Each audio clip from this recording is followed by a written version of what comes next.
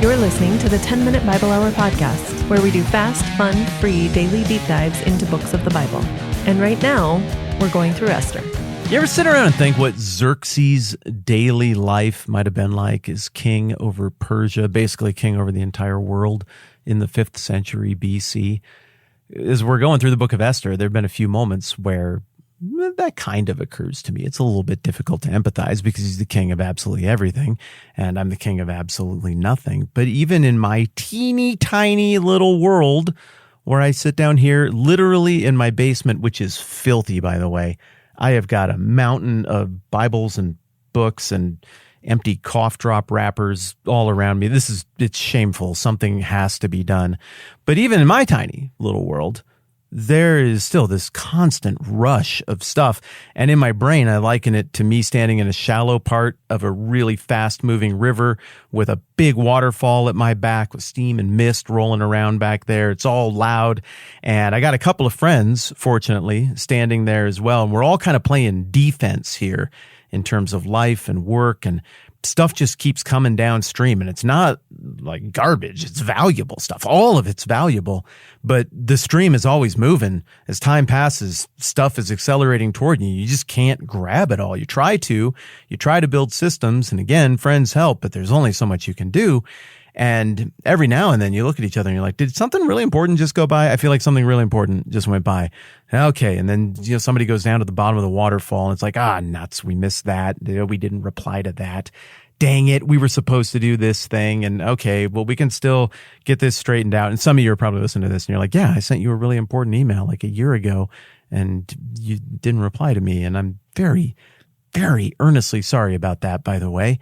But I also think that everybody can relate to this, right? It feels like life just comes at you real fast, and you do your best to catch everything. You use your smartphone and systems that you build to try to catch everything, but you can't. Well, now imagine that you're Xerxes.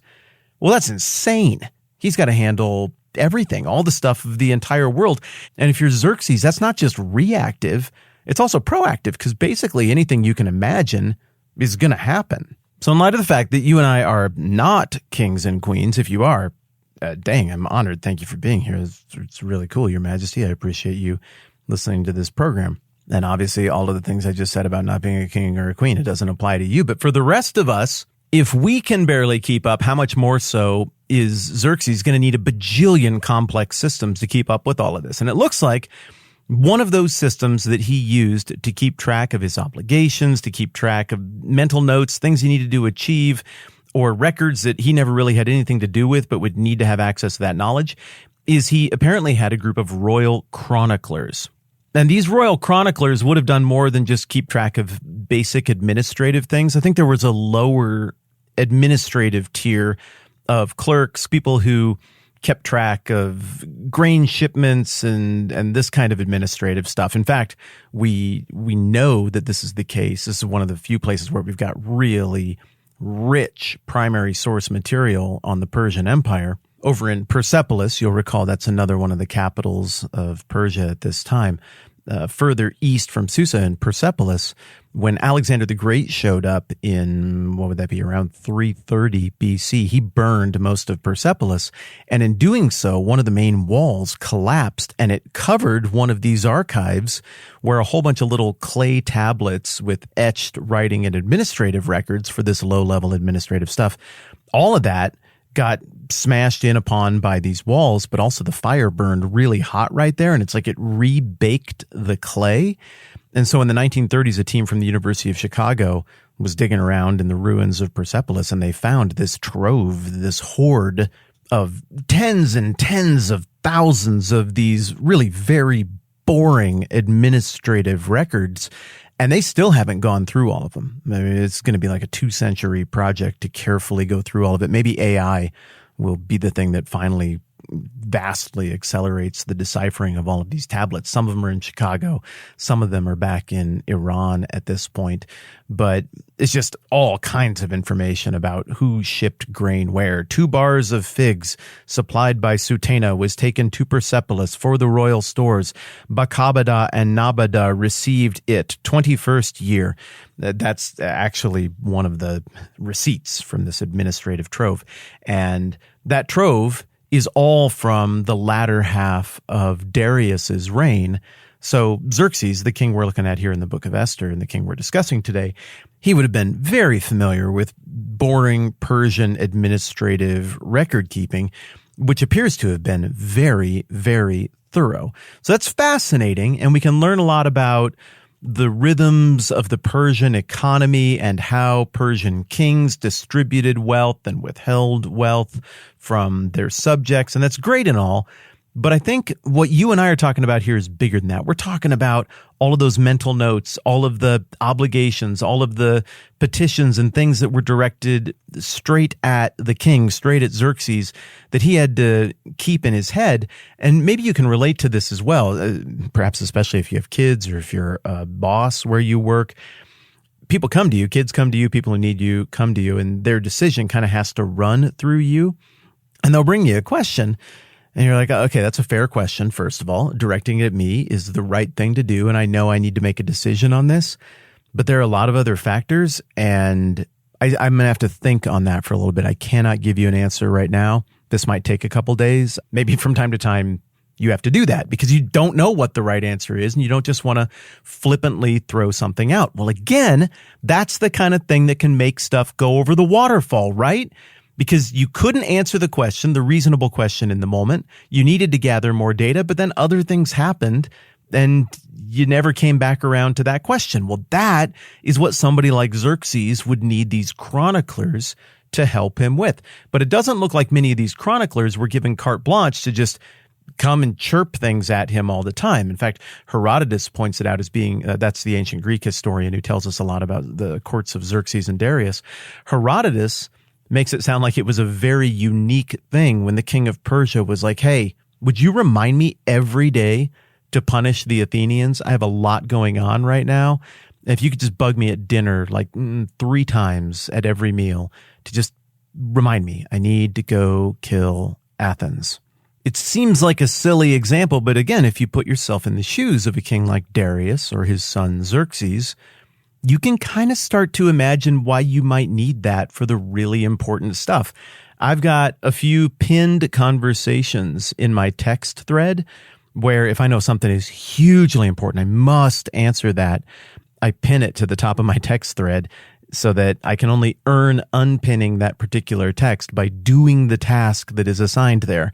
Things like that, tricks like that exist now, tricks like that existed back then.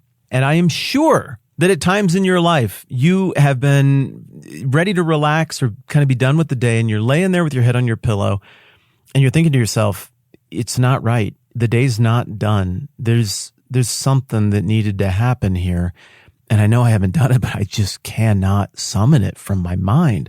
What do you do when that happens?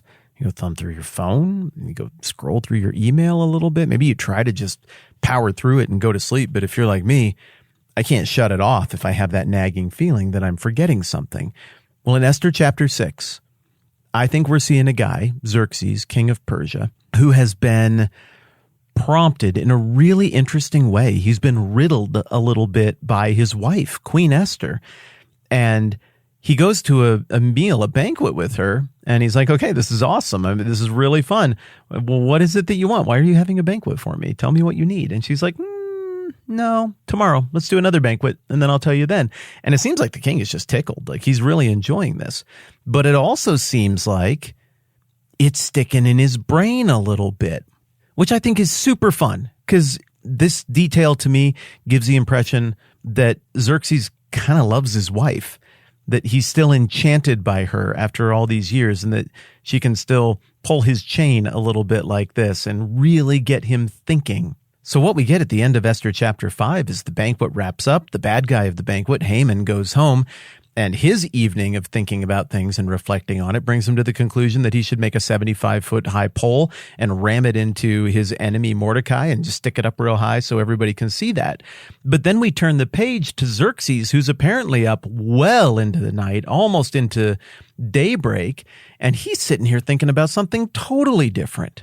My guess is that thought process started with, what is Esther trying to tell me? Did I forget something? Did I make a promise? Is there something I was supposed to do? And then we see him do the equivalent of pulling out his smartphone and scrolling messages to try to figure out what it is.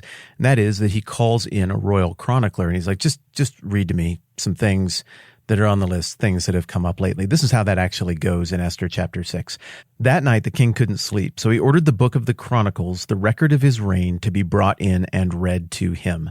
We have talked so much over the course of our journey through the book of Esther about the unnamed God who is providentially working behind all of these seemingly little innocuous circumstances. And what is shaping up here is that one of these nagging thoughts, am I getting all of my work done, chasing ideas about what needs to be accomplished tomorrow, that kind of night, which we've all had, it looks like this unnamed God is providentially scheduled one of these for exactly this night for King Xerxes. And as he's unable to sleep and pacing around and scrolling his old messages to try to figure out either what he's missed or to feel better about things he wish he could have done better, to be propped up by notes about positive achievements, whatever it is that he's exactly doing here this night, we're going to see in the next verse that we look at tomorrow that something really timely and really important is going to be found as he's up late scrolling these old archives. Final thought. You know what, my friends? It's okay if you don't remember every single thing. We live in a weird time, and I don't think it's humanly possible to keep up with what we've built for ourselves. The last 15 years have been the age of the waterfall app. Those are apps that are not meant to be a resource like Wikipedia, where you just go and look up the knowledge you want and then get on with it. No, the last 15 years have been centered around reshaping our brains and I dare say our souls around unending waterfall flow stream apps. Just keep hitting refresh and keep getting more stuff. It teaches us to think that none of it hangs together or has any meaning. It makes us feel insufficient. It makes us feel like we should be able to achieve and mentally keep track of 50 times more than we're actually able to meaningfully be attentive to. And I would like to just extend to you grace in saying that these are impossible standards. And I know you're kicking butt and you're doing your best. And try not to be discouraged by these things. And also, maybe I'll just extend myself a little bit of grace on that as well. Even the great King Xerxes, the king of kings, the king of land and water, he couldn't keep up with all of this stuff either. It's a lot. It's okay. I'm Matt. This is the 10-Minute Bible Hour Podcast. Let's do this again soon.